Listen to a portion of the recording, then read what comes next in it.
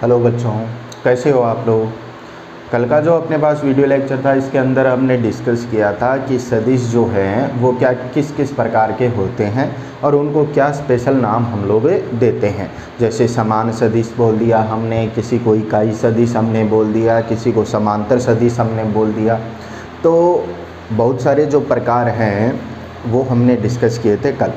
अब आज के वीडियो लेक्चर के अंदर हम ये देखेंगे कि ये जो सदिश नियम होते हैं ये क्या होते हैं। जैसे हमने सदिश की परिभाषा जब लिखी थी तब भी एक बात वहाँ पर लिखी थी कि कोई भी भौतिक राशि है वो सदिश राशि अगर होती है तो उस सदिश राशि का योग, व्यकलन, गुणा जो है वो सदिश नियमों के अंतर्गत ही किया जाता है। बीजगणित ये जो नियम है वो वहाँ पर अप्लाई नहीं होते। तो आज हम यही बात डिस्कस करने वाले हैं कि सदिश नियम जो हैं वो क्या क्या होते हैं। और उसके अंदर अपने पास फर्स्ट जो है कि कोई भी दो सदिश राशियों का योग अगर आपको करना हो तो उसके योग का नियम जो है वो क्या होता है। तो हम लोग हेडिंग लगाएंगे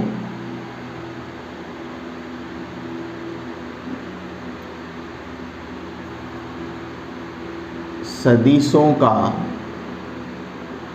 योग, सदिशों का योग। और इसके अंदर योग जो है वो हम अलग अलग तरीके पढ़ेंगे योग करने के। तो इसके अंदर पहला जो तरीका है योग करने का, वो पहला तरीका जो है वो क्या होता है, सदिशों के योग का त्रिभुज नियम। सदिशों के योग का त्रिभुज नियम सबसे ज़्यादा काम में आता है, सबसे इजी यही होता है। ठीक है, बाकी सारे इसके जैसे ही होते हैं, कोई डिफरेंस नहीं होता, केवल नाम का अंतर होता है, बाकी सारी चीज़ें वो की हुई होती है। तो इसे आप लोगों को ध्यान से समझना है कि सदिशों के योग का त्रिभुज नियम जो है वो क्या होता है। तो सबसे पहले तो अगर मैं इसकी परिभाषा की बात करूं या इसकी जो लैंग्वेज है उसकी बात करूं कि क्या होता है इसके अंदर, तो त्रिभुज नियम जो है वो क्या कहता है कि यदि दो सदिशों को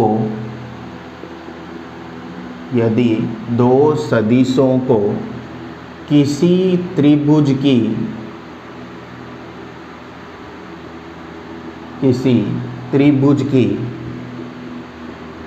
दो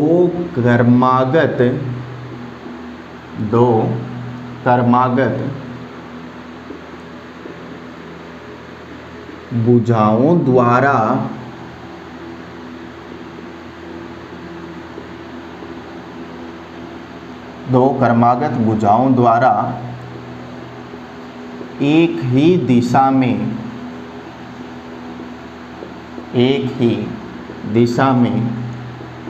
प्रदर्शित किया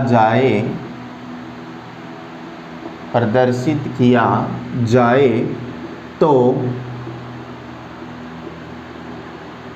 तीसरी भुजा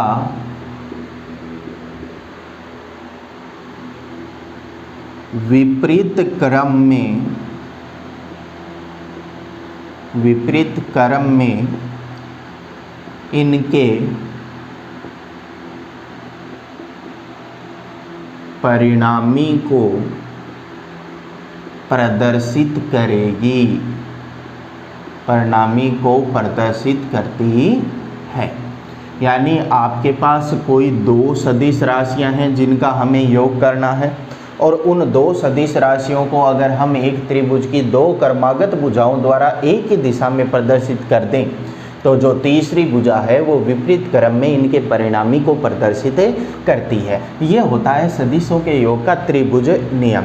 अब इसको चलो समझते हैं हम लोग, क्योंकि इसके अंदर जो भी अपने पास रिजल्ट आएगा वो रिजल्ट हमें डायरेक्ट ध्यान में भी रखना है। जैसे हम लोग बात करें कि अपने पास कोई दो सदिश हैं, माना जो अपने पास कोई दो सदिश हैं,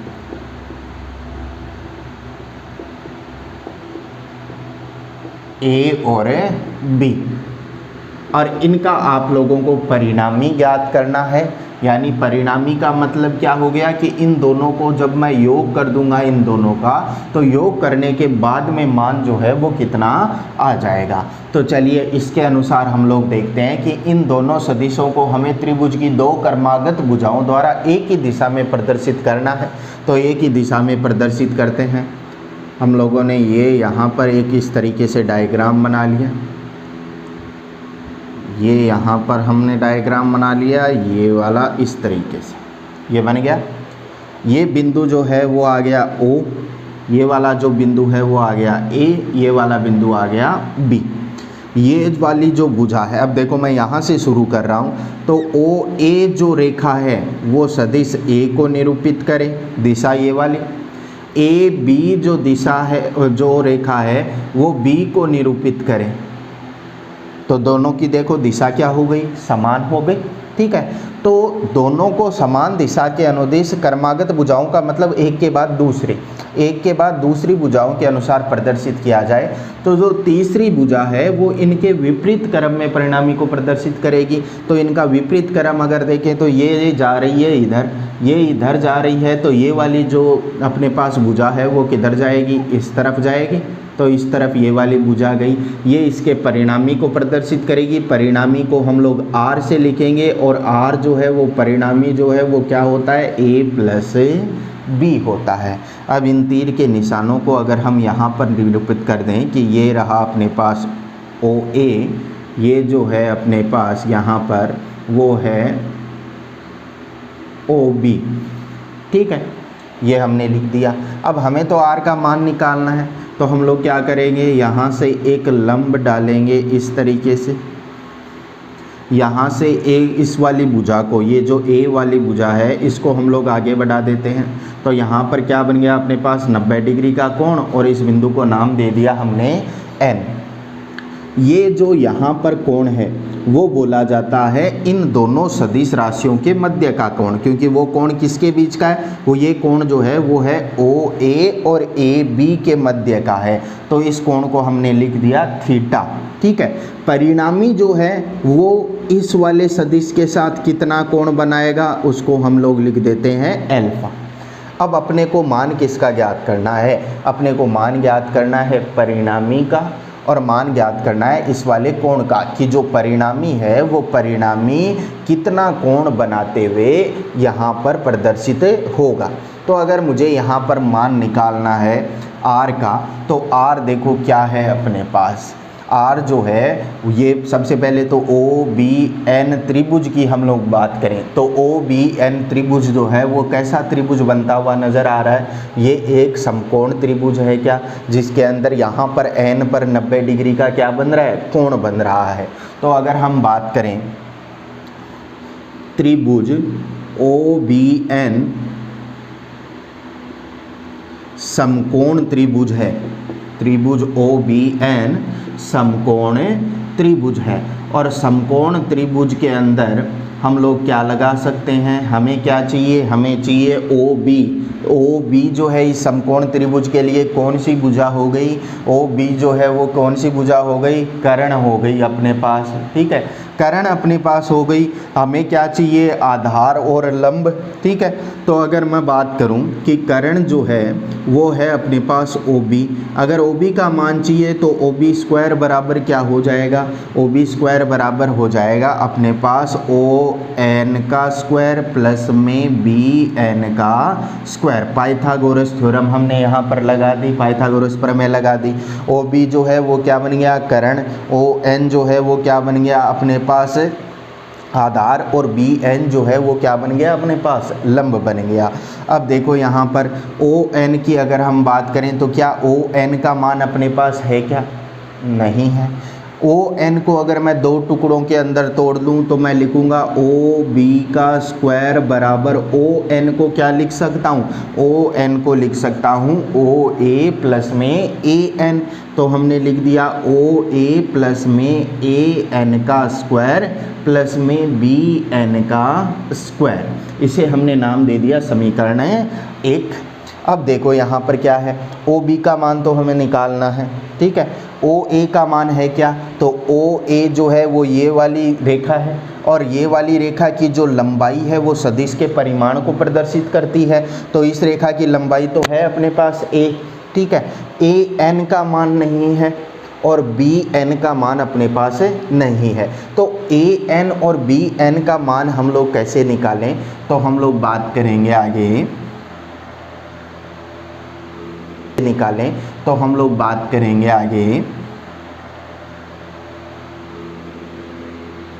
हम लोग बात करें त्रिभुज कौन सा है, ये वाला देखो छोटे वाला ए बी एन, त्रिभुज ए बी एन में अगर ए बी एन त्रिभुज की हम लोग बात करें, हमें ए एन का मान निकालना है। तो अपने पास देखो क्या क्या है इस त्रिभुज के अंदर, ये वाला कोण है अपने पास थीटा, अल्फा तो ज्ञात करना है लेकिन थीटा जो है वो दोनों सदिशों के मध्य का कोण है, तो ये वाला कोण है अपने पास थीटा।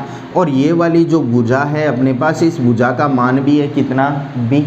तो मुझे अगर इस वाली भुजा का मान निकालना है, ए एन का मान निकालना है, तो देखो 90 डिग्री के सामने वाली भुजा हो गई अपने पास कर्ण, ये क्या बन गया अपने पास आधार, और ये क्या बन गया लंब। तो मुझे लंब और आधार दोनों का ही मान ज्ञात करना है। तो मैं अगर आधार का कर्ण के साथ रिलेशन बनाऊं तो आधार और कर्ण के साथ रिलेशन के लिए मैं क्या ध्यान में रखूँगा, क्या होता है अपने पास लाल बटे में कक्का।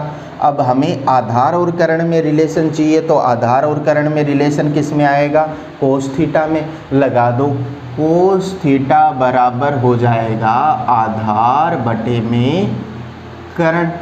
आधार का मान कितना, आधार जो है वो है अपने पास ए एन, बटे में कर्ण कितना, कर्ण ये रहा, कर्ण का मान कितना है अपने पास बी। चलो ए एन का मान यहाँ से कितना आ गया, ए एन बराबर आ गया बी कोस थीटा, इसे नाम दे दिया समीकरण 2। अब इसी तरीके से अगर मैं बी एन का मान देखूं तो लंब और कर्ण, तो लंब और कर्ण के अंदर रिलेशन किस में होता है, साइन थीटा के अंदर। तो हम लिखते हैं कि साइन थीटा बराबर होता है लंब बटे में कर्ण। लंब का जो मान है वो अपने पास है नहीं, ज्ञात करना है बी एन, बटे में कर्ण का मान कितना है बी। यहाँ से अगर मैं बी एन का मान निकालूं तो बी एन बराबर कितना आ जाएगा मेरे पास, बी साइन थीटा, इसे नाम दे दिया समीकरण 3। अब देखो जो जो मान अपने पास नहीं थे ए एन और बी एन के, वो मान हमने निकाल लिए हैं, तो इसके अंदर मान रखो। तो मैं लिखूँगा ओ बी, ओ बी क्या है अपने पास, ओ बी स्क्वायर जो है वो है परिणामी का स्क्वायर। ओ बी जो है वो क्या है, ये परिणामी आर है, इस परिणामी का क्या है स्क्वायर है। बराबर में क्या लिख दिया अपने पास है ओ ए प्लस ए एन। ओ ए की बात करूं तो ओ ए का मान क्या है अपने पास ए, तो ए, ठीक है, प्लस में ए एन कितना है बी कोस थीटा का होल स्क्वायर, प्लस में क्या है बी एन का स्क्वायर, तो बी एन कितना है बी साइन थीटा, और इसका हमने क्या कर दिया होल स्क्वायर कर दिया। ये होल स्क्वायर ओपन करो तो क्या बनेगा, देखो आर स्क्वायर बराबर ये बन गया ए स्क्वायर प्लस में b square cos square theta plus में 2ab cos theta. A plus B का होल स्क्वायर का फॉर्मूला लगा दिया, a square plus b square plus 2ab का, प्लस में क्या बच गया यहाँ पर क्या है ये B square sine square theta. अब देखो इन दोनों को एक जगह ले लो, कैसे, आर स्क्वायर बराबर ए स्क्वायर तो है ही, इन दोनों में से मैं क्या कॉमन ले सकता हूँ, केवल इन दोनों में से मैं कॉमन ले सकता हूँ बी स्क्वायर। अंदर क्या बच जाएगा, अंदर बच जाएगा आपके पास साइन स्क्वायर थीटा प्लस में कोस स्क्वायर थीटा, प्लस में क्या आ गया ये 2ab कोस थीटा आ गया। अब देखो साइन स्क्वायर थीटा प्लस में कोस स्क्वायर थीटा का मान कितना होता है, हमने ट्रिग्नोमेट्री के अंदर पढ़ा था। तो sign square theta plus cos square theta का मान कितना होता है 1। तो आर स्क्वायर बराबर क्या बन गया ए स्क्वायर प्लस में बी स्क्वायर प्लस में 2ab कोस थीटा। अगर आर का मान निकालना है तो आर बराबर बन गया ए स्क्वायर प्लस में बी स्क्वायर प्लस में 2ab कोस थीटा का अंडर रूट। अब यहाँ पर जो हम a और b ले रहे हैं वो a और b क्या है, ये a और b है इन भुजाओं की लंबाई, और भुजा की लंबाई यानी इन सदिश का परिमाण। ये जो b सदिश है इस b सदिश का परिमाण इसकी लंबाई हो गई, a सदिश का जो परिमाण है वो इसकी लंबाई हो गई। तो परिमाण जो है इसको हम लोग दोनों तरफ लाइनें लगाकर प्रदर्शित कर देते हैं ताकि हम लोग कभी भी कंफ्यूज ना हो कि ये जो अपने पास यहाँ पर है ये है क्या, सदिश है या सदिश का परिमाण है। तो क्या है, ये सदिश का परिमाण। तो a और b अगर दो सदिश आपको दिए हुए हैं और इनका योग का परिणामी का परिमाण आपको ज्ञात करना है। ये क्या है, परिणामी का परिमाण। परिणामी तो है r बराबर a प्लस b सदिश रूप में, लेकिन इसका परिमाण क्या है, इसका परिमाण है under root a square plus b square plus 2ab cos theta. Theta है दोनों सदिशों के मध्य का कोण। अब अगर हमें यहाँ पर इसका मान ज्ञात करना है अल्फा का, कि परिणामी सदिश की दिशा क्या होगी, कि परिणामी सदिश की दिशा क्या होगी या परिणामी सदिश कितना कोण बनाएगा। तो जो अपने पास परिणामी सदिश है r, परिणामी सदिश जो अपने पास है r, इस r की दिशा अगर आप लोगों को पूछ ले तो परिणामी r की दिशा जो है इसके लिए हम लोग मान ज्ञात करते हैं tan का। तो परिणामी सदिश की r की दिशा यानी अगर मैं मान ज्ञात करूं tan अल्फा का, तो tan अल्फा क्या होता है, tan क्या होता है, tan होता है लंब बटे में आधार। तो लंब बटे आधार लगा दो, लंब बटे में आधार। तो बड़े वाले त्रिभुज के अंदर देख के बताओ लंब कितना है, तो मैं लिखूंगा लंब जो है वो होता है थीटा के सामने वाली भुजा, यानी ये वाला कितना है bn, और bn हमने यहाँ पर लिख दिया bn बटे में आधार। आधार क्या है अपने पास है on, तो आधार लिख दिया on। bn हो गया, on की जगह क्या लिख सकता हूँ oa प्लस में an। bn का जो मान है वो रख दो और an का मान रख दो। तो tan अल्फा बराबर bn कितना, bn है अपने पास b साइन थीटा बटे में oa कितना है a प्लस में an कितना है, an है b कोस थीटा। तो ये अपने पास आ गया परिणामी जो है उसकी दिशा। तो अगर आप लोगों को परिणामी देखना है तो परिणामी तो कितना हो जाएगा a प्लस b सदिश रूप के अंदर, ठीक है। परिणामी का परिमाण देखना है तो वो कितना हो जाएगा r बराबर under root a square plus b square plus 2ab cos theta. अगर परिणामी सदिश r की दिशा देखनी है तो वो दिशा कितनी हो जाएगी tan अल्फा। tan अल्फा बराबर b साइन थीटा अपॉन में a plus b cos theta. अब यहाँ पर जो अपने पास परिणामी का परिमाण आया है इसके अंदर अपने पास कई तरीके के केस हो सकते हैं, और वो केस होते हैं थीटा के मान के आधार पर। जैसे अगर हम बात कर लें कि दो सदिशों के मध्य ये कोण है, अब ये दो सदिशों के मध्य कोण जितना परिवर्तित होगा वही r का मान भी परिवर्तित होता जाएगा। तो इसे नोट कीजिए आप लोग।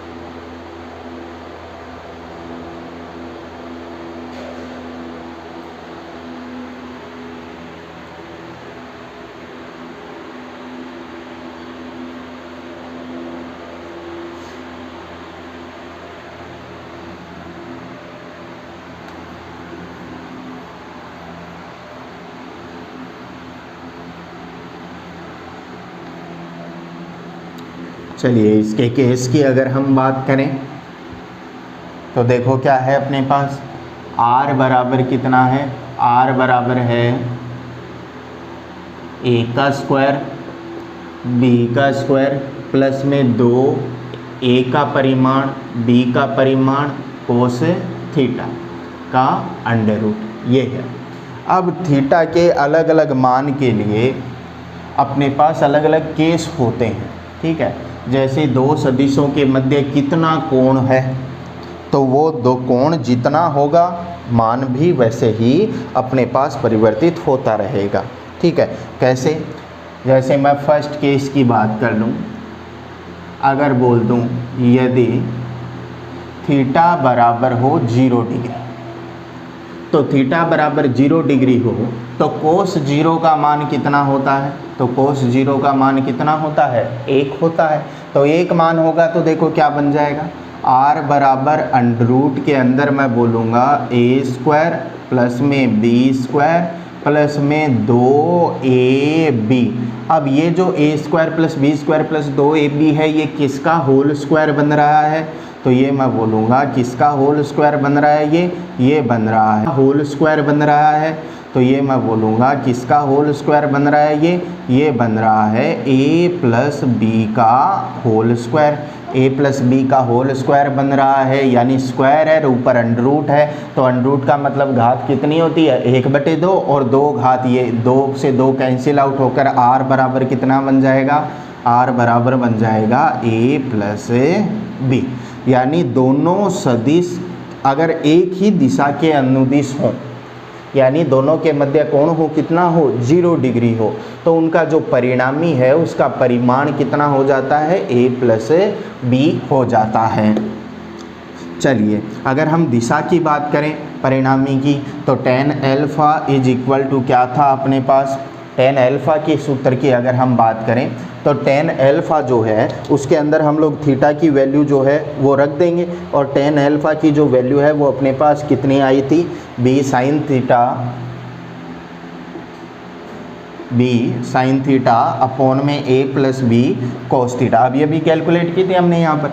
चलिए थीटा की वैल्यू रख दीजिए कितनी? 0। थीटा की वैल्यू 0 रखूँगा तो साइन 0 कितना होता है? 0। ऊपर वाला पद 0 हो गया तो नीचे वाले पद का कोई मतलब नहीं है, यानी tan अल्फा का मान कितना आ गया अपने पास?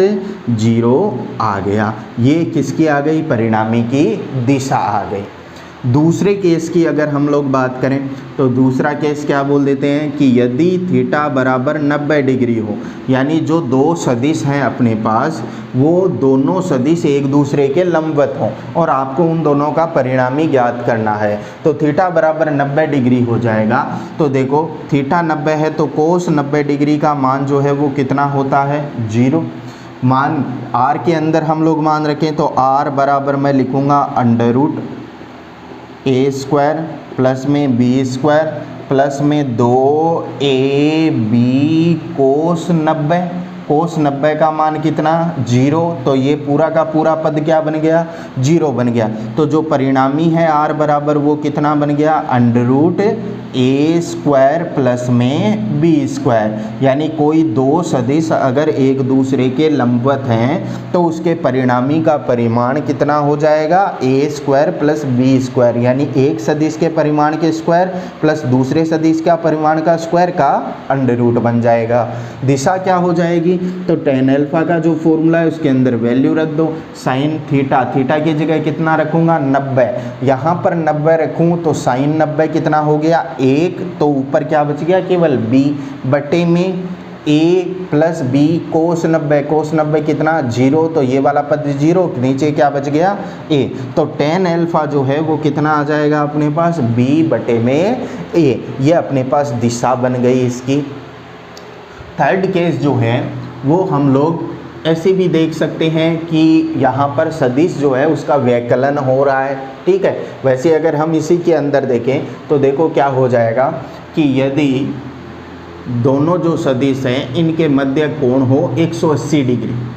180 डिग्री का मतलब क्या हो गया कि एक सदिश दूसरे सदिश के परस्पर विपरीत दिशा में है।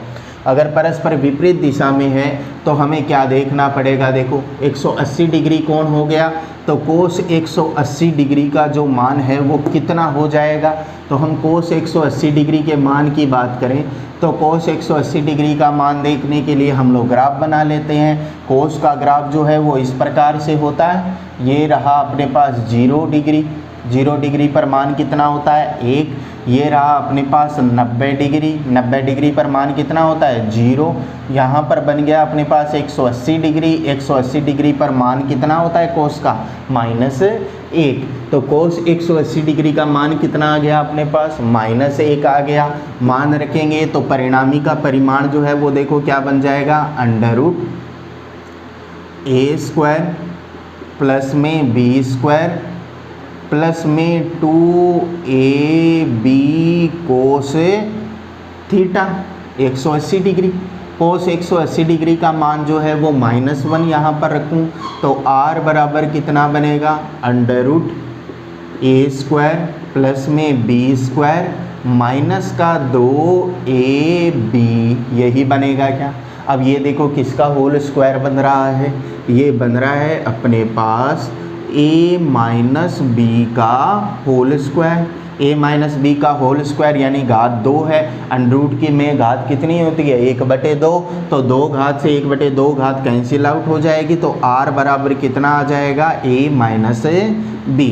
यानी कोई भी दो सदिश अगर परस्पर विपरीत दिशा में है, परस्पर विपरीत दिशा के अंदर हैं, तो परस्पर विपरीत दिशा में होंगे तब हम लोग बोल सकते हैं कि उनका जो परिणामी है वो कितना हो जाएगा, a माइनस बी हो जाएगा। और यही सदिश के व्यकलन की भी शर्त होती है। व्यकलन का मतलब कि जब दो सदिश को एक दूसरे को माइनस किया जाता है उसकी शर्त भी यही हो जाती है। जैसे आपको बोल दिया कि r जो है वो है a माइनस बी। यहाँ पर तो क्या था अपने पास जो पढ़ रहे हैं वो क्या था, r = a प्लस बी। अब a माइनस बी हो जाए तो इसको क्या मैं ऐसे लिख सकता हूँ क्या, a सदिश प्लस में माइनस का b सदिश।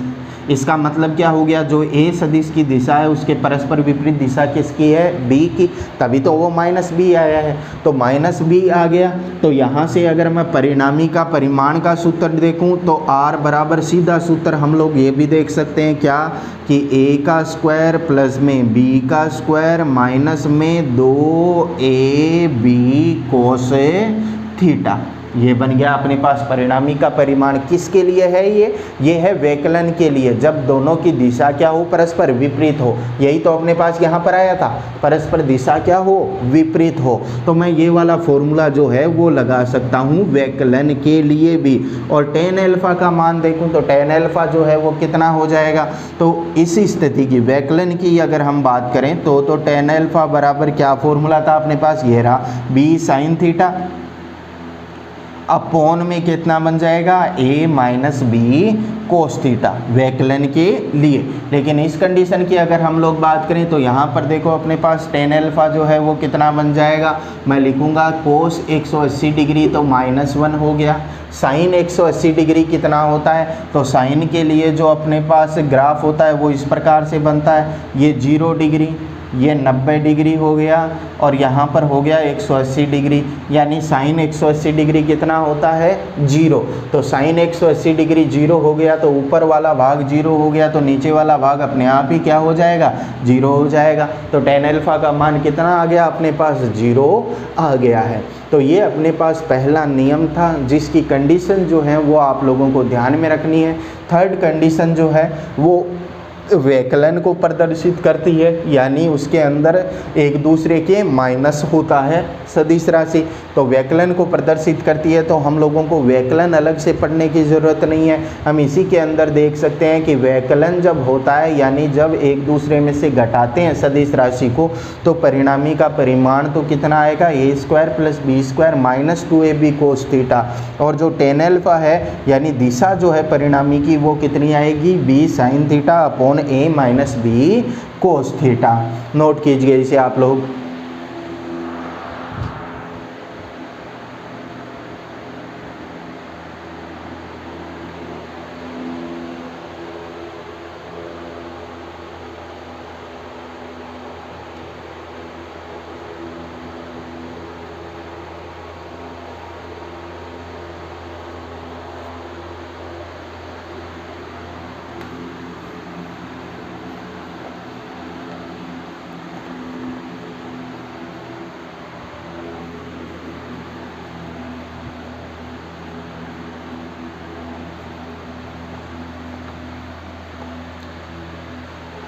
चलिए, ये तो था अपने पास त्रिभुज नियम। दूसरा जो अपने पास नियम होता है वो होता है सदिश योग का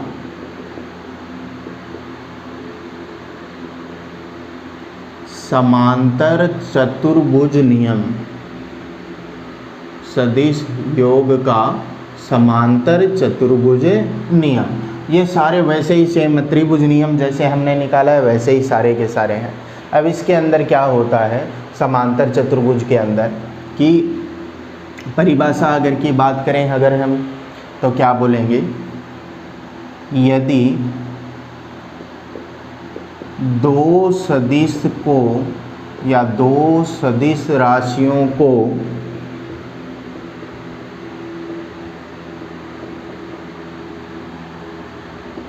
किसी समांतर चतुर्भुज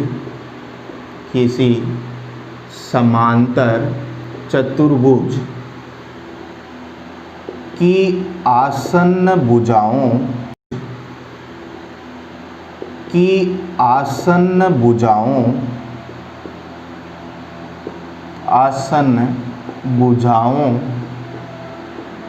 के अनुसार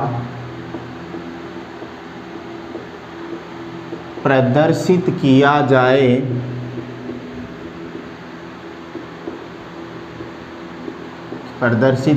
जाए तो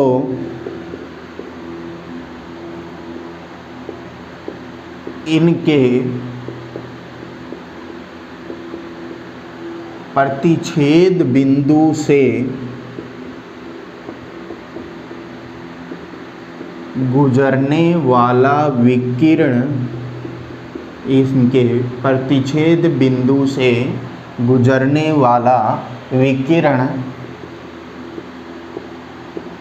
इनके परिणामी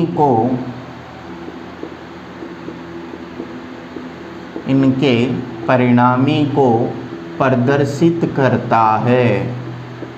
इनके परिणामी को प्रदर्शित करता है। यानी कोई भी दो सदिश राशियां हैं अगर समांतर चतुर्भुज की आसन्न भुजाओं के अनुसार प्रदर्शित कर रहे हैं हम लोगों को, तो उनका जो प्रतिच्छेद बिंदु है उससे गुजरने वाला विकिरण इनके परिणामी को प्रदर्शित करता है। अगर डायग्राम बनाते हुए हम लोग समझें और आसन्न भुजाओं को अगर हम लोग देखें, तो आसन्न भुजाओं को अगर हम लोग देखें तो देखो कैसे ये कहना चाह रहा है कि जैसे आपके पास एक कोई समांतर चतुर्भुज है, इसके अंदर एक भुजा हमने ले ली ये वाली, ठीक है, ये है अपने पास ए। दूसरी भुजा जो है वो है अपने पास इस तरीके से, ये है बी। ये दोनों क्या हैं, आसन्न भुजाएं हैं, ठीक है।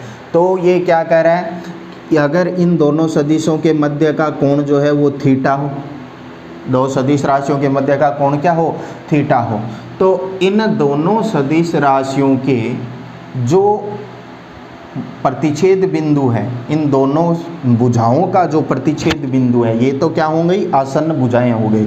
तो इन दोनों भुजाओं का या इन दोनों सदिशों का जो यहाँ पर प्रतिच्छेद बिंदु है, इस प्रतिच्छेद बिंदु से गुजरने वाला जो विकिरण है वो विकिरण इन दोनों के परिणामी को प्रदर्शित करता है। वो विकिरण इन दोनों के परिणामी को प्रदर्शित करता है। और यहाँ पर ये वाला जो कोण है वो कितना है, एल्फा। परिणामी का मूल दिशा से कोण जो है वो कितना है, एल्फा है। अब देखो यहाँ से कैसे सोल्व करें हम लोग क्वेश्चन को, तो बिल्कुल ही सेम सा है। कैसे, यहाँ से हमने एक लंब डाल दिया, यहाँ से हमने इसको आगे बढ़ा दिया, ये वापस से वही एन बिंदु हमने बोल दिया, ये ओ, ये ए, ये वाला बी, ठीक है। अब देखो क्या होगा यहाँ से कि ये अपने पास ये वाला कोण अगर थीटा है तो समांतर चतुर्भुज है, तो ये वाला जो कोण है वो भी कितना हो जाएगा, थीटा। ये 90 डिग्री का कोण। ये वाली भुजा अगर बी है तो ये वाली भुजा जो है वो भी क्या होगी, बी होगी। यही हो गया। अब देखो इसको भूल जाओ, ऊपर वाले भाग को, केवल ये नीचे वाला भाग देखो। क्या ये पहले के जैसा सेम नहीं हो गया क्या? जैसा हमने त्रिभुज नियम के अंदर पढ़ा था कि ये तो बन गया कर्ण, ये बन गया आधार, ये बन गया लंब, तो सेम ही बन गया। तो सेम ही बन गया, तो जो अपने पास मान आते हैं आर के और अल्फा के, वो मान भी क्या आते हैं? सेम आते हैं। केवल अंतर कहाँ पर है कि अंतर यहाँ पर परिभाषा के अंदर है। उसके अंदर हम त्रिभुज का उपयोग कर रहे थे, यहाँ पर हम किसका उपयोग करते हैं? समांतर चतुर्भुज का। तो इस समांतर चतुर्भुज के अनुसार अगर हम परिणामी का परिमाण देखें तो परिणामी का परिमाण जो है वो तो सीधा सीधा हम लोग लिख सकते हैं, परिणामी जो है वो तो सीधा क्या लिख सकते हैं? आर बराबर ए प्लस बी। ठीक है, परिणामी का परिमाण जो है इसका वो कितना हो जाएगा? अंडर के अंदर ए स्क्वायर प्लस में बी स्क्वायर प्लस में 2ab cos थीटा हो जाएगा। ठीक है, अगर हमें परिणामी की दिशा देखनी हो tan अल्फ़ा, तो tan alpha is equal to क्या फॉर्मूला था अपने पास? b sin थीटा अपॉन में a plus B cos theta, ये फॉर्मूला हो गया अपने पास।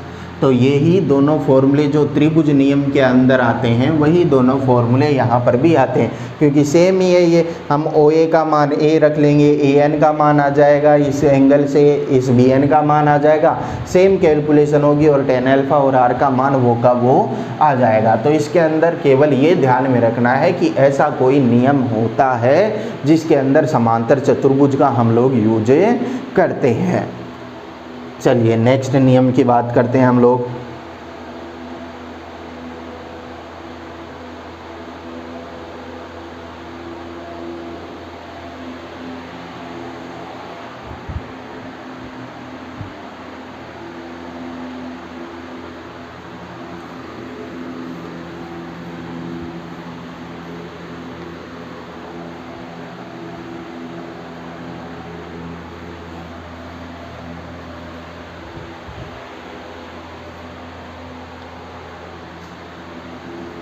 नेक्स्ट जो है थर्ड नंबर,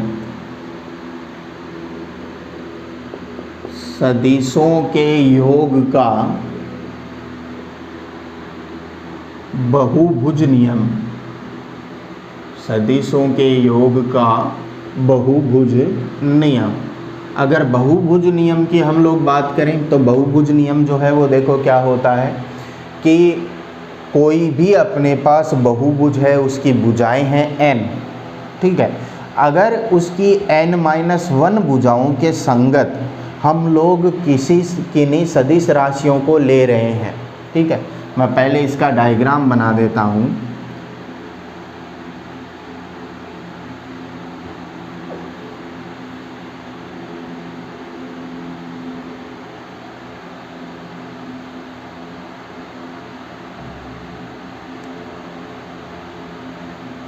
इस तरीके से अपने पास कोई एक बहुभुज है, ये इस बहुभुज का क्या हो गया? केंद्र हो गया। नाम दे देते हैं हम लोग O A B C D E F G, ये हमने नाम दे दिया। ठीक है, हम लोग क्या कर रहे हैं? इस बहुभुज के पास कितनी भुजाएं हैं? तो हम कहेंगे 1 2 3 4 5 6 7 8 भुजाएं हैं इसके पास। अगर प्रत्येक भुजा के n अगर भुजाएं हों टोटल, तो मैं कहूँगा प्रत्येक भुजा के संगत जो है वो अगर एक सदिश हो, प्रत्येक भुजा के संगत यदि एक सदिश हो, यहाँ पर दूसरा सदिश, यहाँ पर तीसरा सदिश, यहाँ पर चौथा सदिश, यहाँ पर पांचवा सदिश, ये छठा सदिश, ये सातवां सदिश, तो इस बहुभुज की अंतिम भुजा जो है वो इन सब के परिणामी को प्रदर्शित करेगी। यानी कैसे मैं लिखना चाहूँ, किसी बहुभुज, किसी n भुजा वाले बहुभुज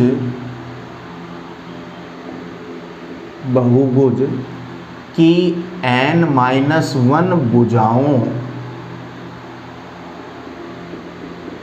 के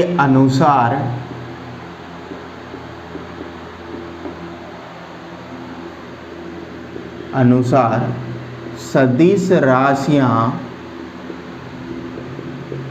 प्रदर्शित की